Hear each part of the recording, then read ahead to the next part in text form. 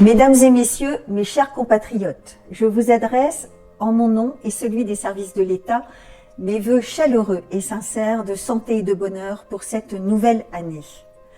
L'année 2021 s'en va et j'ai une pensée pour tous ceux qui souffrent, qui sont confrontés au deuil ou à la maladie. Pour les personnes isolées, en situation de précarité, pour qui la situation que nous traversons rend le quotidien plus difficile encore. Je salue ceux qui se sont mobilisés pour soigner, éduquer, protéger, investir dans l'avenir. Tous ceux qui, par leur travail, leur engagement, nous ont permis de rester debout ensemble. Parce que oui, depuis 2 ans maintenant que nos vies sont bouleversées par la Covid-19, nous faisons face.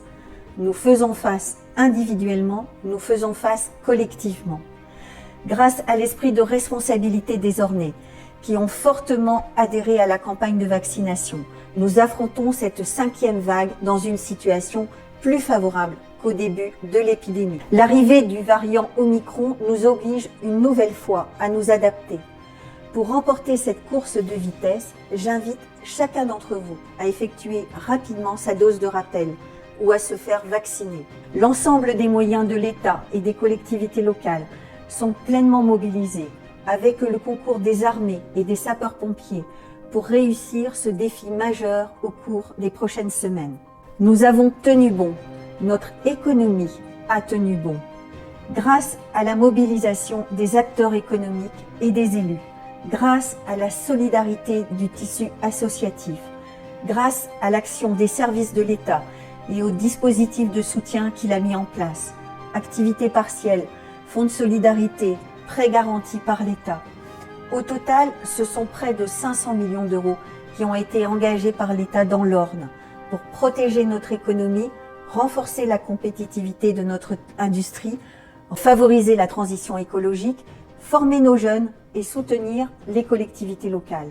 Avec le plan de relance qui continuera de se déployer en 2022, nous avons l'opportunité de bâtir ensemble l'Orne de demain, de réaliser pleinement ses potentialités, d'accroître son attractivité et son rayonnement. L'année 2021 a en outre été marquée par l'investissement accru dans le domaine de la sécurité. Lutte contre les trafics de stupéfiants, opération de harcèlement des points de deal, saisies records enregistrées par les services de police et de gendarmerie. En 2022, cet effort sera poursuivi et amplifié avec constance et méthode.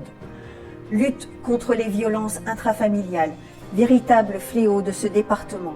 Beaucoup a été fait dans ce domaine depuis le Grenelle des violences conjugales pour ouvrir de nouvelles places d'hébergement pour mieux prendre en charge les victimes. Cet effort sera poursuivi en 2022. Lutte contre l'insécurité routière. Dans ce domaine, nous terminons l'année tragiquement. Trop de vies ont été fauchées, même si leur nombre a nettement baissé en 2021. Mes chers compatriotes, pandémie, plan de relance de l'économie, lutte contre la délinquance, ces 3 priorités seront à nouveau au cœur de mon action en 2022. Pour relever ces défis, soyez assurés de mon plein engagement et de la mobilisation des services de l'État pour agir à votre service, en luttant contre le virus et ses conséquences, en bâtissant une société plus sûre, plus fraternelle et moderne. C'est l'Orne de demain que nous construisons. Tel est notre cap. Restons unis, solidaires, fiers de ce que nous sommes, de notre culture et de notre histoire, confiants dans notre jeunesse et dans son avenir. Que 2022 soit une année heureuse pour chacune et chacun d'entre vous et une année de rayonnement pour ce beau département de l'Orne.